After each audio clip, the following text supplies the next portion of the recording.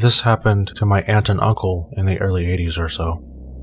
They were living in Austin, Texas, and had attended a party in a neighboring area. They were driving back very late, and at one point were driving along a very long, completely deserted stretch of road, bordered by woods and brush on one side. No houses, no streetlights, no other cars on the road. Nothing. My uncle, who was driving, notices a car coming up behind them, which then speeds up and gets very close. My aunt and uncle start talking about how weird this guy is. There's no reason to tailgate on an empty road in the middle of the night. Then the guy speeds up even more and pulls up alongside them in the other lane. He starts yelling at them to pull over and is flashing what looks like a police badge. My uncle starts to slow down to pull over, and my aunt absolutely freaks out and tells him not to. She is really creeped out that this guy, who is driving a car that has no police markings and no flashing lights, pulled up to them out of nowhere and is now trying to get them to pull over just by flashing a badge. While they argue about whether to pull over or not, the man in the car is getting more and more angry, yelling at them to pull over, honking his horn and flashing the badge, saying he's the police. My aunt starts crying and my uncle says fine, if the guy's really a cop and they need to stop for him, they will stop when they reach the next populated area or business, which will be a while, but they reason that if he really is a cop, he would have to understand their point of view. My aunt and uncle keep wavering between worried this guy is out of his mind and worried it's a real cop, and they're going to be in big trouble for not pulling over when told. Finally, they see a gas station up ahead and plan to stop there. As soon as they pull into the station, the cop speeds off, never to be seen by them again. They didn't think to try to get his license plate number at the time and were just thoroughly creeped out. They drove the rest of the way home without incident. That's not the end of the story, though.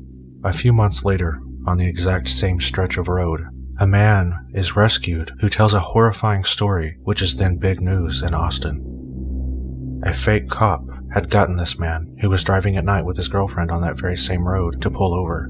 Once pulled over, the fake cop forced the man and his girlfriend out of the car and into the woods on the side of the road. He tied the man and his girlfriend to separate trees facing each other, and then did horrible things to both, ultimately killing the woman, while the other was forced to watch just a few feet away. I'm not sure how the man ended up eventually getting rescued, but it was long after the fake cop was gone. Either someone must have found the man tied there, or he finally got loose and found help. They never caught the fake cop. That could have been my aunt and uncle, if they had pulled over their car that night like my uncle wanted and started to do. My aunt always ends the story with, and that's why my husband always has to listen to me.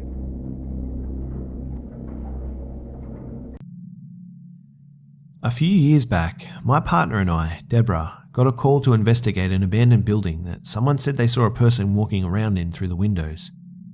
Since it was seemingly falling apart, it would be wise to make the person exit for safety reasons. Now, I'm not usually scared easily because of past calls where I had to risk my life to catch criminals, but I'll be honest and say that my first glimpse at the building, it gave me chills and made my gut hurt. I just shook the feeling away though, and myself and Deborah proceeded to walk in and start searching the place for the person that was seen. The building was about 4 stories high, so we had to make sure to check every level. While searching the first floor, when Deborah was searching the second, I started to hear footsteps coming up from behind me. At first, I assumed it was Deborah, but then it occurred to me that I hadn't heard her come down the steps, so I turned around expecting to see the person we were looking for, but there was no one. I shined my flashlight around, but there was no one in sight. I got really creeped out, but I ignored it and continued searching. I entered one of the rooms that wasn't that big, and seeing no one there, I turned around to go back out. But as soon as I pointed my lights toward the door, I saw somebody walk by the door. This startled me, and I froze in fear, but ran to see who had walked past the door. Again though, there was no one there. At this point, I was getting scared, and I decided to go upstairs to catch up with Deborah. When I reached the top of the stairs, I caught a glimpse of Deborah shining her light around a room. I ran over to her and told her what happened. She seemed to get mad at me and asked me why I hadn't caught him or her, and right when I was about to answer, we both heard footsteps on the 3rd floor above us. Deborah sighed and carefully walked up the stairs to confront the person. I slowly followed her, and midway on the stairs, after she had turned a corner, a figure stepped in front of the top of the stairs and just stared at me. This made me freeze in fear, and I couldn't bring myself to shine my flashlight on them. He stared at me for what seemed like hours, then giggled, and then walked to where Deborah had went. At that moment, I ran up the stairs and went in the same direction, and after a few minutes of running around, I finally found Deborah. I asked her if she knew someone was following her, and she looked at me, confused. I told her what I saw, and I could tell that this made her nervous. She looked around nervously and made a fake laugh. She said, "Okay, I feel like we're a part of a dumb prank here or something." I nodded, and we decided to proceed back down to the 1st floor and to try to think of what to do next. We were down in one room for about 20 to 30 minutes before we heard footsteps in the other room. On instinct, I put my hand on my taser just in case this person wanted to hurt us, and the footsteps stopped. After waiting another 10 minutes, nothing happened. Deborah and I ran out the front door. We took a minute to calm ourselves down, and we went to the houses down the street and looked for the person who called us. We found him, and we asked him if he was sure he knew what he saw. He broke down and told us that he and his friend Ethan wanted to play a prank on us and that he had lied about seeing someone up there. When he told us that, I could feel my face go white. I looked over at Deborah, and she looked white too. That night, we had to arrest a boy, and I never went near that building again. I don't know if there was actually someone in there with us, or if I had just witnessed something completely paranormal. I was working as a garrison military police officer. It was Thursday at about 03:45, and I was watching a stop sign as people tend to run the sign during the night thinking it was late enough to avoid getting pulled over. As predicted, someone blew right through the stop sign. I pulled the car over, and for some reason, this stop gave me the chills. I walked slowly up to the car, my red and blue lights somewhat making it hard to see. As I walked up to the car, I touched the back taillight.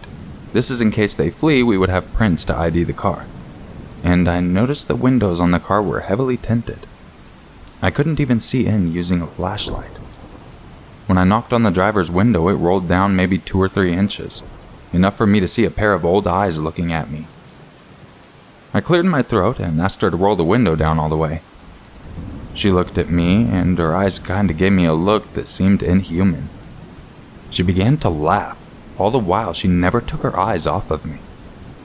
I tried to shake off the feeling of what the hell is this? I asked her again, to which she rolled the window down the rest of the way. She was red in the face, and she asked me if I knew there was a full moon. Before I answered, I shined my flashlight into the car and didn't find anyone else inside. I asked her for the normal documents, and she just looked at me and began laughing again. I opened her door and asked her to step out. By now I'm thinking she's drunk or high on something. Because I was alone, I told her she was being detained and I placed her in handcuffs. As I was walking back to my car with her to place her into the back, she screamed at me. She was calling for her baby. I hadn't seen the child, so I asked her where her child was. She told me the child was in the back seat. I put her in the back of the patrol car and told her that I was going to find her child. When the door shut, she began to let out an ungodly, ear-piercing scream. I looked in the back seat of her car and saw a green trash bag and decided to open it, which just about caused me to vomit. In the bag there was a cat's body with a large doll head attached to it. Immediately I called for EMS in case she was 5150 or mentally unsound, and I called for my sergeant as well. While I waited, I walked back to the patrol car to check on her. When I looked into the back of the car, she had slipped her hands out of her handcuffs, and in her arms were the cat's head. She was petting it and calling it her baby. Eventually, EMS and my sergeant arrived, and I gave them the rundown. Long story short, this woman was schizophrenic who had failed to take her medications. This was one of the most creepy things I had ever dealt with. What is even worse is when she was wheeled into the ambulance, she swore she would find me. but she was never heard from again.